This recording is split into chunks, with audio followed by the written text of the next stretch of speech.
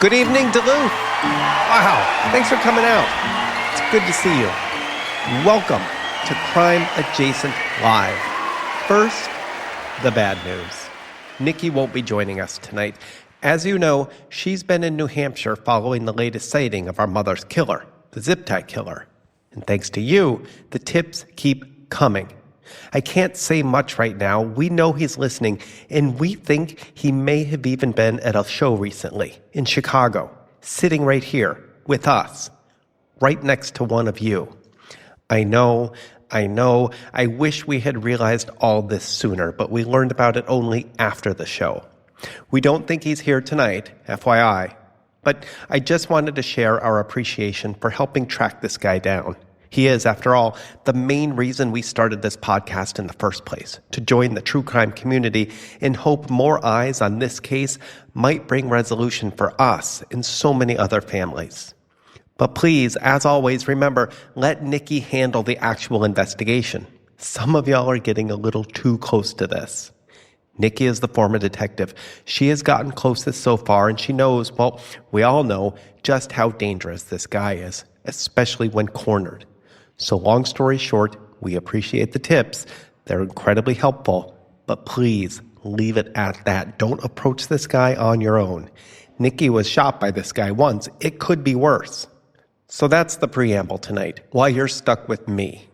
Now, on to the case. In this one also needs your help, because it's still technically open 22 years later, and it's achingly cold with no real leads as to exactly what happened one night in October in Opelika, Alabama. So it's Saturday night, October 16th, 2004, and 22-year-old Xavier Barnes starts receiving a series of short phone calls while partying with friends at the Iron Spike Saloon on Railroad Avenue in Opelika, Alabama. This is sort of the central party hub for Opelika, just 10 minutes away from the University of Auburn, where Xavier Barnes is a promising psych major with just one more semester to go. So Xavier and his friends are drinking and chatting and shooting pool at the Iron Spike Saloon. And at 12:15 a.m., Xavier gets a phone call. He answers. He mumbles something. His friends can't hear, and he doesn't expand. It feels like a short, routine call. Nothing serious. At 1:15 a.m., he gets another call. He answers, mumbles something, hangs up. At 1:30 a.m., he tells his friends he needs to step outside for a moment, holding up his Nokia flip phone as if he has to take yet another call. His girlfriend, Becky Thurman, also aged 22, and also a promising psych major at Auburn, told detectives the next day she didn't think much of these phone calls. She's pretty sure she knows exactly what they were about and wasn't super thrilled about it, but that was just Xavier. But when Xavier excuses himself from the bar for this final phone call, it would be the last time his friends would ever see him. Grant Feensworth, another psych student in their cohort, told the Auburn Journal-News, "It was just so casual. How many times have you said, 'Hang on, I just need to take this phone call, be right back'? There's no way he just ran off, as some people claim. No way. This was a guy just stepping out to make a simple phone call." Indeed, that's exactly what the surveillance footage showed outside the bar. At 1:32 a.m., precisely, Xavier is captured by an outside camera exiting the saloon and standing just to the right of the front door. It's sort of a busy night. Some people are leaving, some entering. This is a busy place on a Saturday night. And there's Xavier, the phone already to his ear. Just as his friend Grant said, it's all so casual. It's not great footage, it's a little grainy, but you can clearly see Xavier chatting, casually, for about 30 seconds. He nods, he looks in one direction, and then another to his right, down Railroad Avenue. It's hard to see his face, if there's a smile or anxiety or fear or anything. But his whole body, his whole demeanor on this footage, it just reads normal, casual, unfussed. Xavier looks to his right one more time. He nods his head. He says something into the phone, and then he simply walks in that direction to his right. Within seconds, he's off camera. I can't say this is the last time anyone saw him because detectives pulled footage from every bar and store that had cameras. And they found one more image of Xavier at the corner of Railroad Avenue and Bird Avenue, 2 blocks away from the bar. Again, it's grainy and hard to read his features, but his casual, normal, easy gait is clearly captured. Xavier is not in a hurry. He's not running or looking furtively around or behind him. He's just walking along the sidewalk, totally normal. And then when he appears to head toward Bird Avenue, he just vanishes. That's it. At 1:34 a.m., Xavier walks off camera and into a mystery that would plague the university and this small town nearby for the next 20-plus years. Did a stressed-out college senior simply walk away from everything to start a new life? Did a fledgling relationship only one other person knew about end up as his downfall? Did a local drug dealer with suspected ties to a huge international drug cartel have Xavier killed over a drug debt? Did his friends conspire to kill a promising psych student who was gobbling up all their opportunities? In the absence of any real, hard facts or evidence, conspiracies abounded then in 2004 and remain just as prevalent today. Because to this day, no one knows what happened. Okay, profilers, let's dive straight into this case, the mysterious disappearance of Xavier Barnes. Live from Duluth, I'm Chase Patrick, and this is Crime Adjacent.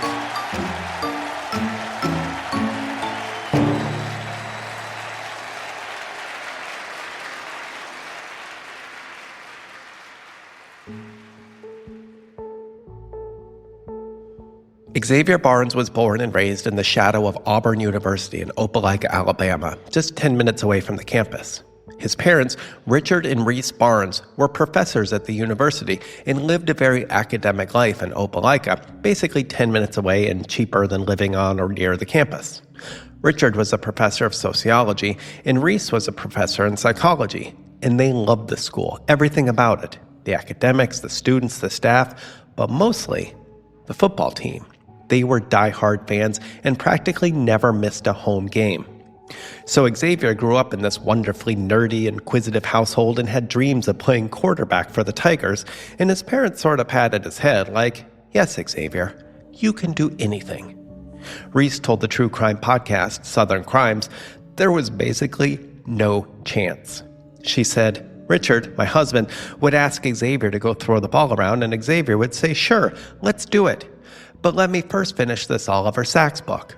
We knew from a very young age that Xavier was probably destined for an academic life, just like his parents. And honestly, that was fine with us.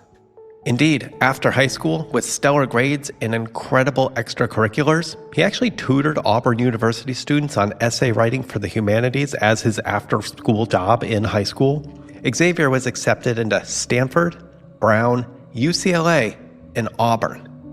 Reese said, looking back, "We wish we would have forced it, insisted he go to Brown or Stanford. I can imagine him today, a full professor, happy, with a family of his own maybe, instead of, well, what happened." But the call of the Tigers was just too much. He enrolled immediately, and even though he lived just 10 minutes away, he couldn't wait to move into a dorm and experience the full college life. Xavier thrived there.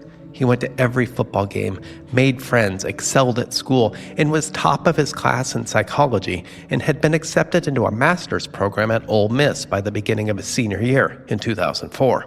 He even had a steady girlfriend, a serious relationship, his first real long-term adult relationship. Rebecca Becky Thurman was also 22 and in the same major. In fact, she met Xavier through his tutoring service, which he maintained throughout college as his part-time job to help pay for extras. He was on a full academic ride scholarship. Becky also spoke to Southern Crimes podcast and said, "I walked into the library, saw this slim, smiling, happy boy and said to him, 'You can't tutor me. We're going to date. I know it.' And sure enough, they did." Becky said it all started fast in 2002 and just continued through college. They were both in the same major and had the same classes and enjoyed the same things and just really, really liked each other. As the end of college began to fall into their line of sight, they agreed to apply to the same master's programs, and Ole Miss actually accepted both of them. Becky, now a family therapist, said Xavier would have made a great therapist. His goal, he was just so calm and kind and thoughtful. He never got fussed. Not even on big test days. His friend group got fussed and stressed and freaked out, which is exactly why they decided to unwind and go out for drinks first in Auburn and then later in Opelika, Xavier's hometown. This is October 16th, 2004, a Saturday night. The night Xavier went missing. Xavier and his friends had been planning this night to just blow off steam for a few days.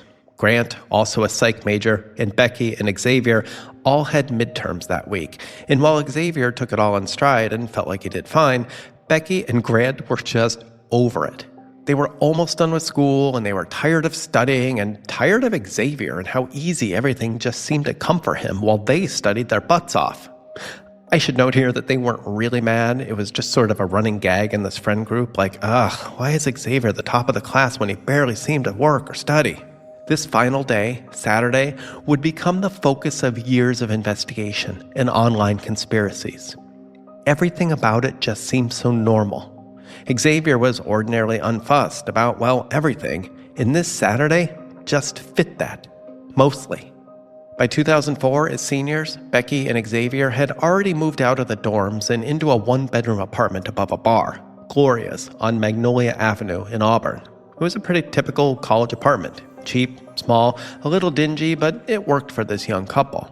They got a taste of what it would be like at Ole Miss and perhaps even later. Becky said they had sort of hinted at marriage after college, but didn't really discuss it deeply. So on Saturday, they both wake up late, around 10 a.m.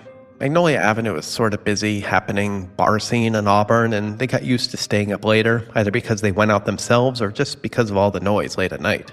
So sleeping in on a weekend was no big deal, normal. They shared a breakfast in the apartment. They both ran around town for 3 miles, their usual workout. They got coffee and lunch at a local diner around 1 p.m. Grant called around 2 p.m. to check in, like, hey, are we still going out tonight? Are we on?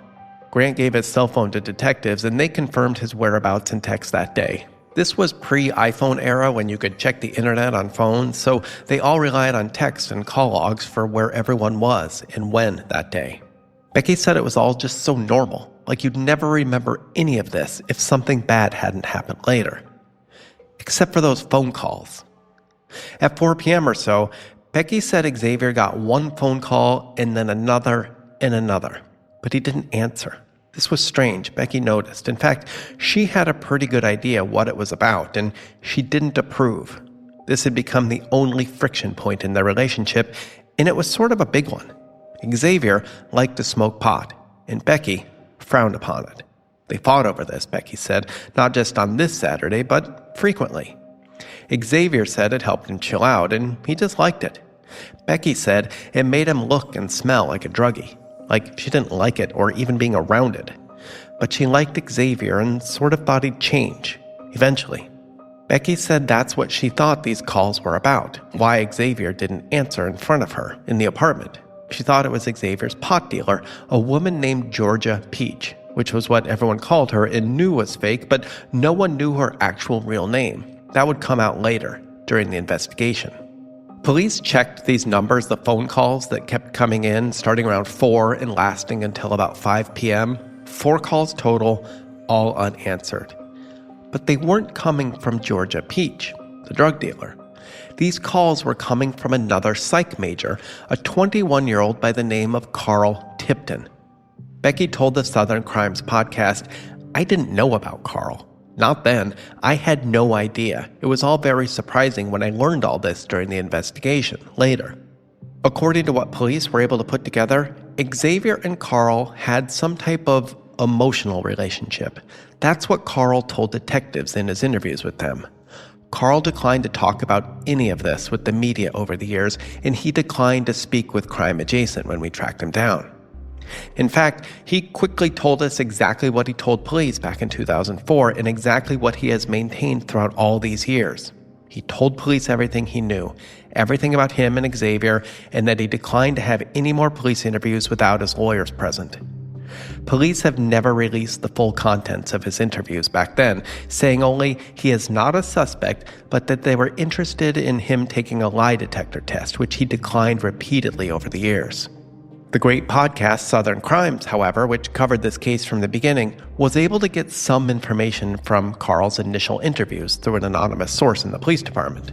And apparently, Carl told police back in 2004 that he and Xavier never had a sexual relationship, but they did have something hinting at romance. It was new, and Xavier was unsure and just needed more time to sort out his feelings, according to Carl. Carl, for his part, was all in. He wasn't out gay in Alabama in 2004, but he knew who he was, and he really liked Xavier a lot.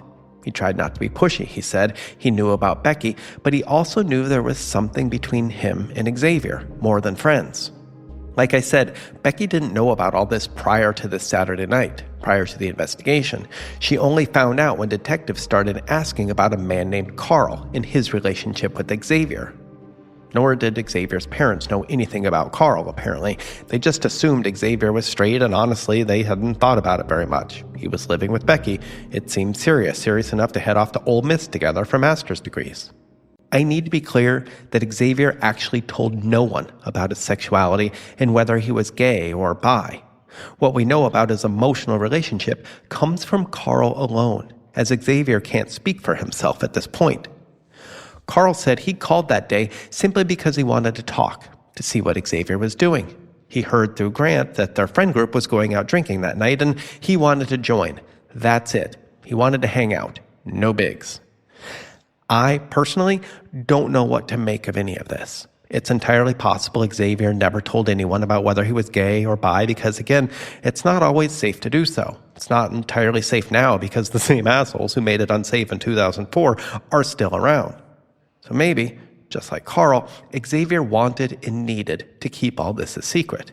Plus, there was Becky. Maybe he didn't know what to do. Or, and this is also a possibility brought up in this case all the time, maybe he wasn't gay at all, or bi, or interested in Carl, or other men in any way. Maybe Carl wanted a relationship that Xavier didn't. Maybe Carl was obsessed. Now, that might seem harsh. Carl told the police there might be something between them, which is why he called and just wanted to be with Xavier that night. So he called 4 times from 4 p.m. to 5 p.m. that day. But the thing is, these calls actually kept going and going. Phone records both from Carl and Xavier show Carl called 19 more times that night, from 5 p.m. to 1:30 a.m., when they suddenly stopped. 19 calls, all unanswered. That's a lot. And if Xavier wasn't responding to any of them, either by call or text, it gives the impression he was most definitely avoiding Carl.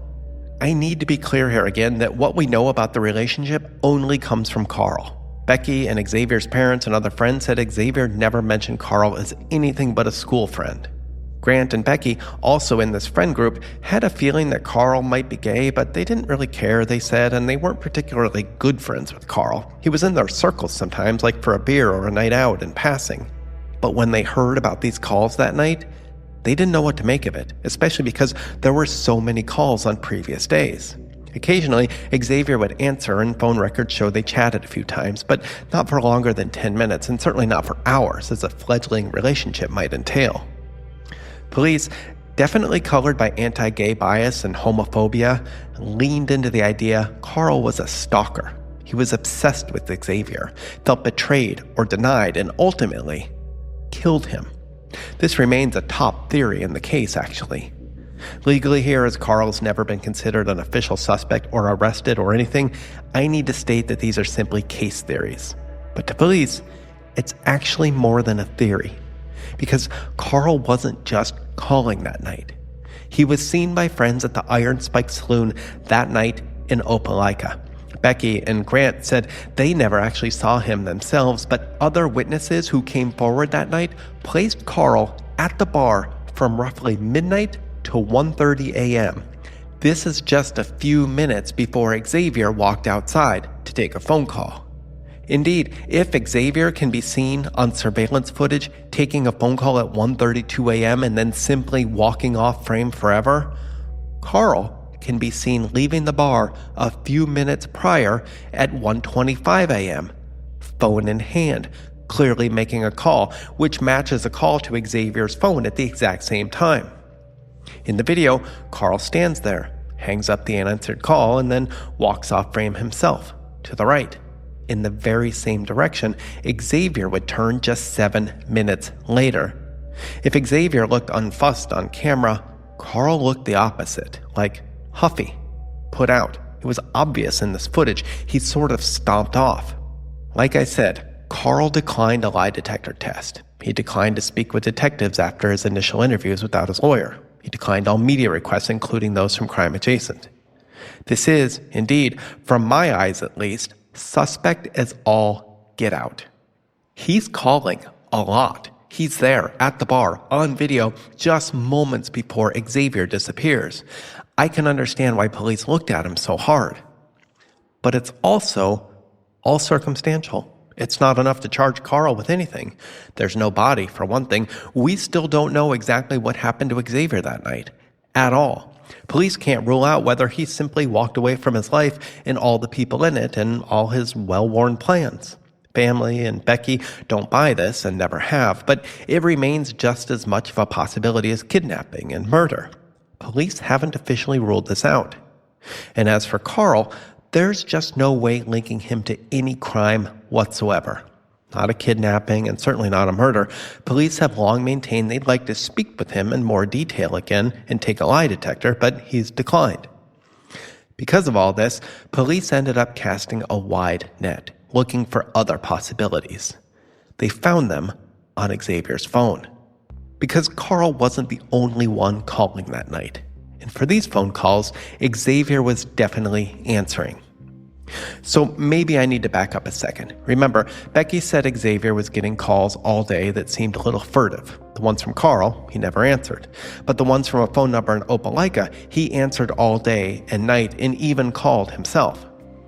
Becky suspected earlier in the day that he was trying to arrange a meetup with this pot dealer, but she never actually asked. But later in the evening, after Xavier and Becky met up with Grant at Gloria's bar in Auburn, the bar just below their apartment, all was revealed. Grant and Xavier joked about it. At first, around 9 p.m. that night, it was sort of funny for them, Grant and Xavier laughing and Becky rolling her eyes, putting up with it. By 10 p.m., however, Xavier was getting noticeably grumpy. Not angry, just sort of off and clearly annoyed. Xavier had been buying small amounts of pot through his high school and college years from a woman who went by the name Georgia Peach.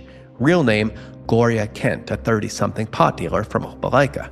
This is the other end of those phone calls that night, and it raises all sorts of interesting and conflicting scenarios, and even helped put to bed some small-town urban legends about Gloria, or Georgia Peach, the pot dealer. So around 11 p.m. or so, annoyed at not being able to arrange a firm meetup with his dealer, Xavier convinces the group to go to Opelika, about 10 minutes away.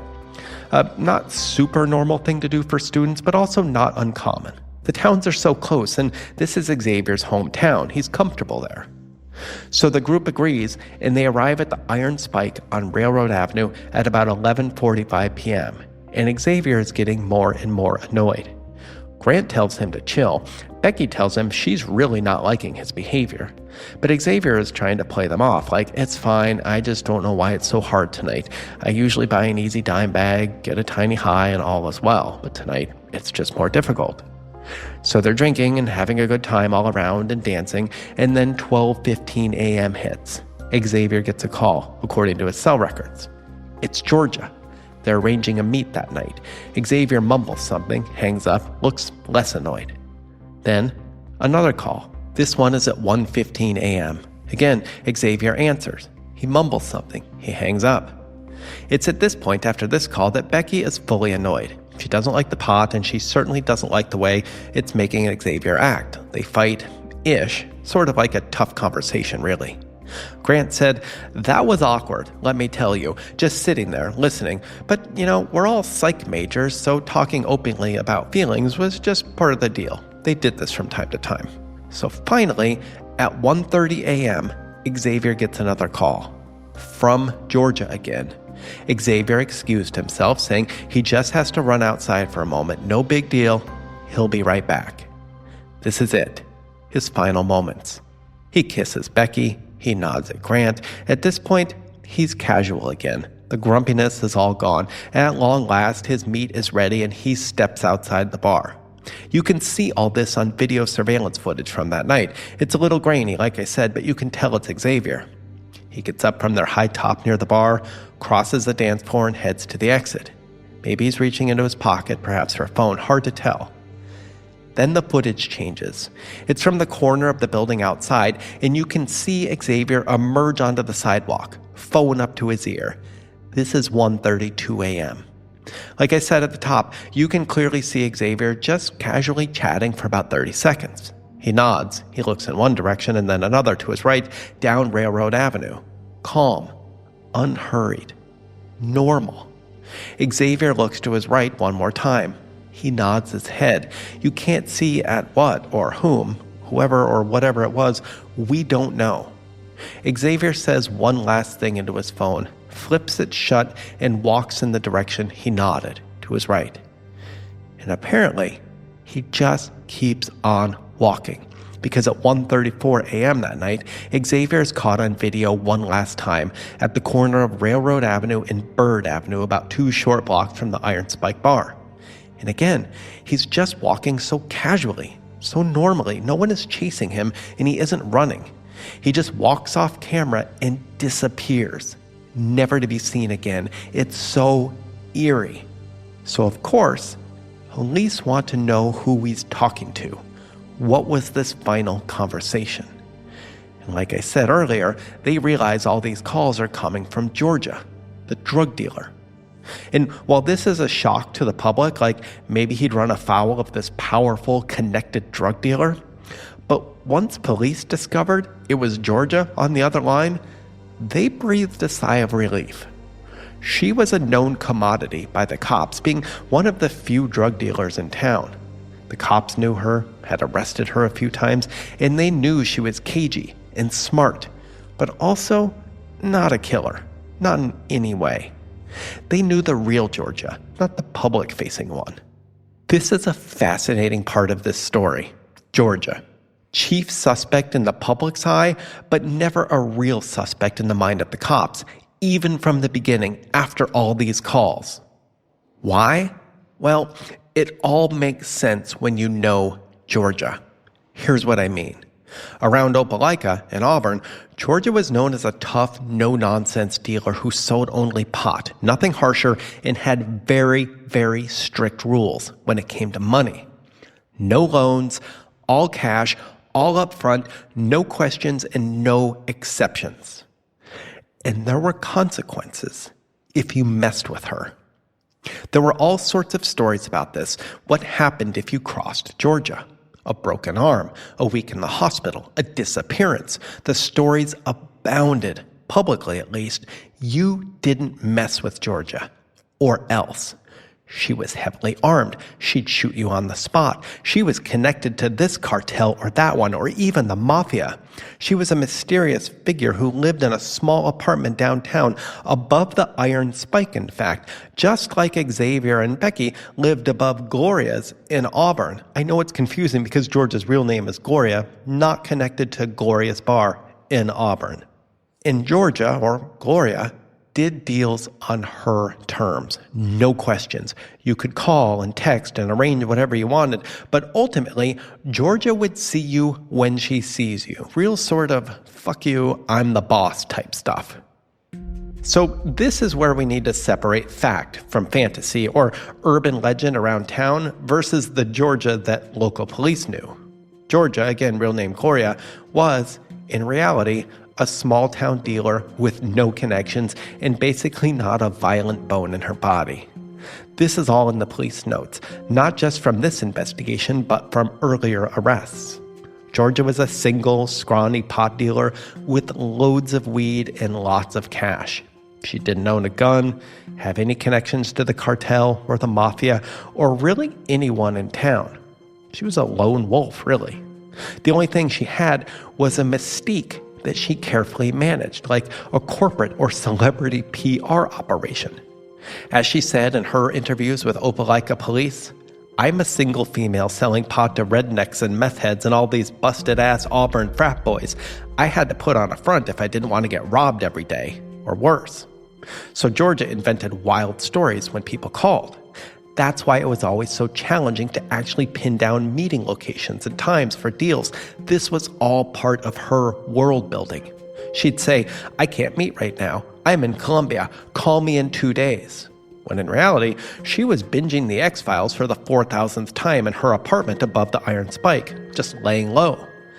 That story in circulation was worth far more than a dime bag of pot. Or she'd say, I just got called to Mexico. Call me tomorrow. Again, in reality, she was simply attending to her pot growing operation, where she did literally everything by herself. One particular stroke of genius came in 1999 when she was in fact robbed. She said she had to figure out a way to stop this from happening. So she invented a fiction that stuck. One of her good friends, a man named Eric Undering, was headed out to Los Angeles for a job as a physical therapist for the LA Kings hockey team, and he had no plans at all of ever coming back. Not a chance. He hated Opelika and couldn't wait to get away. So Georgia said she'd pay all of Eric's moving expenses if she could fabricate a story, basically being that Eric had been, quote, disappeared by Georgia over a drug debt. Eric agreed. Why not? And Georgia put the story out there. If you mess with Georgia, you'd never be seen again. This is why the public, especially in Opelika, looked at Georgia as the chief and only suspect. She'd done this before. Look at Eric. Look at Xavier. It was the same thing. 2 men just disappeared off the face of the earth after a run-in with Georgia, the notorious drug dealer. But again, to the police, they knew all along it was bullshit. Georgia told them, well, not in 1999, but in 2004. She and Eric actually stayed in touch. They've remained good friends. She gave police his phone number. They checked it out and realized Georgia was a grade A certified bullshitter and sort of streetwise marketing expert, really. Georgia told police, after Eric, no one messed with me ever again. Between the cartels and the mafia and then Eric, plus my sort of shifty and annoying way of doing business and making people wait or meet at odd times and places, I survived. Well, until 2004, anyway. Georgia had to move out of Opelika, not so much for being a suspect, but because her cover was blown. All of her stories and rumors were just bullshit. The cops had to say all this and say that they had evidence of all this because they did indeed check it all out. You're not supposed to admire drug dealers, I know that, but I actually loved reading about Georgia and her schemes and myth building. Sort of cool, to be honest, making up these fictional stories about crimes. So that cleared Georgia as a suspect in this case, even if it put a number on her drug dealing days in Opelika. She had actually moved to parts unknown as of 2026, this year. Still, police learned she was the last person to talk to Xavier, and she did indeed see him that night at the bar just outside. She is indeed the person Xavier nodded to. According to Georgia, she waited on a bench out of sight of the Iron Spike's cameras. She saw Xavier exit the bar. She told him to turn to his right. He nodded, hung up the phone, and walked in her direction. They spoke for about 10 seconds. He handed her $20. Georgia handed him 2 dime bags of pot, and Xavier left.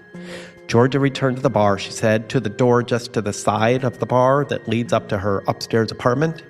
This is another reason why cops cleared her. Because at 1:33 a.m., after this apparent drug deal, you can actually see Georgia walk to the bar, open the door for apartment residents, and then close it behind her. She's alone, calm, normal gait, just entering her home. This is not the look and walk and feel of a notorious drug dealer who just offed a guy and made him disappear. Especially, and this is key, because Xavier is seen walking alone near Bird Avenue just a minute after Georgia is seen entering her own apartment. Now, did she hand him off to a cartel member to be walked out of town and disappeared? That was what some people in town thought. Police can't rule it out, but only because they can't rule anything out. And again, the last images of Xavier are so calm and normal. He's alone.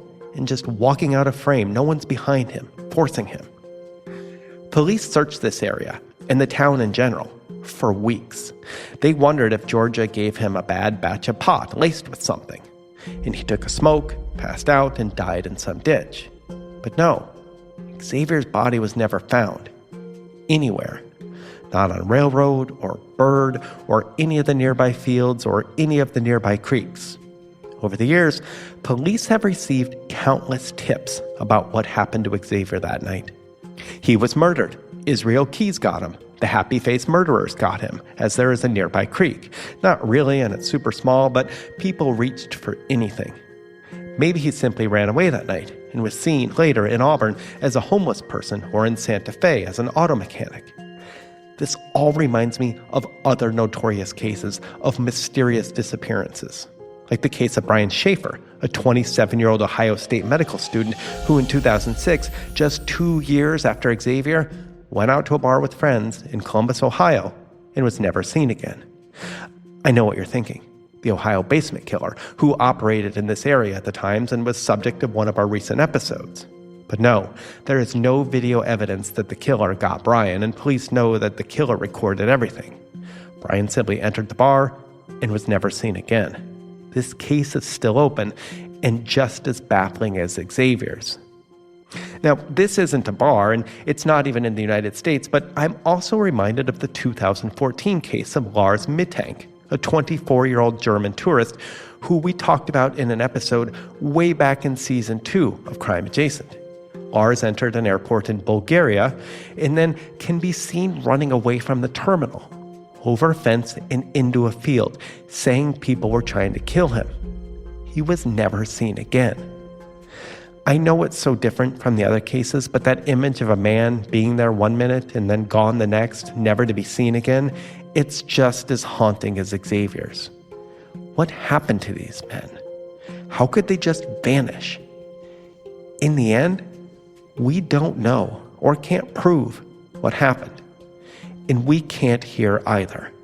We might never know what happened to Xavier that night.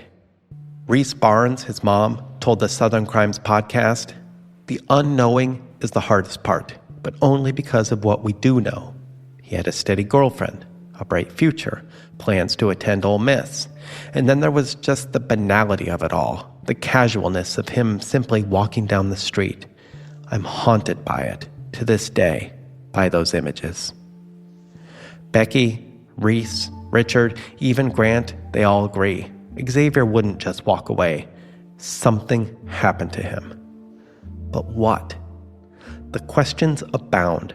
While the public initially pointed the finger at Georgia, the family and Becky point the finger at Carl, given his stalking behavior and his decision to stop speaking to the authorities.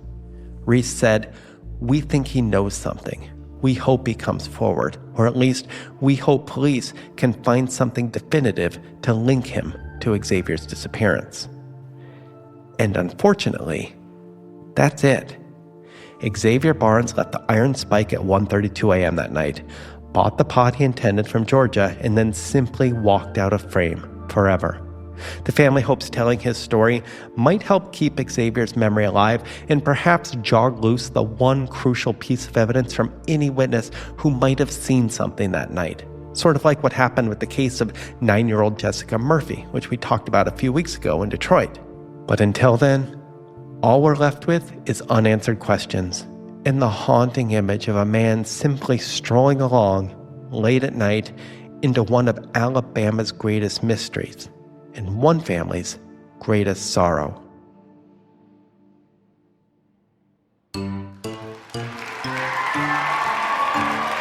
If you know anything about this case, please contact the Opelika police or even drop us a line at our tip line at crimeadjacent.com. Thank you so much for coming out tonight, Duluth. This was a tough one. Come say hello in the merch line. I'll be there all night. And listeners at home can follow Crime Adjacent on Patreon and all your favorite social media channels. Don't forget to leave a review on your favorite listening app and let us know what you think or which cases we should cover next. We will see you in Green Bay next week with another case you simply will not believe. Until next time, I'm Chase Patrick, and this is Crime Adjacent.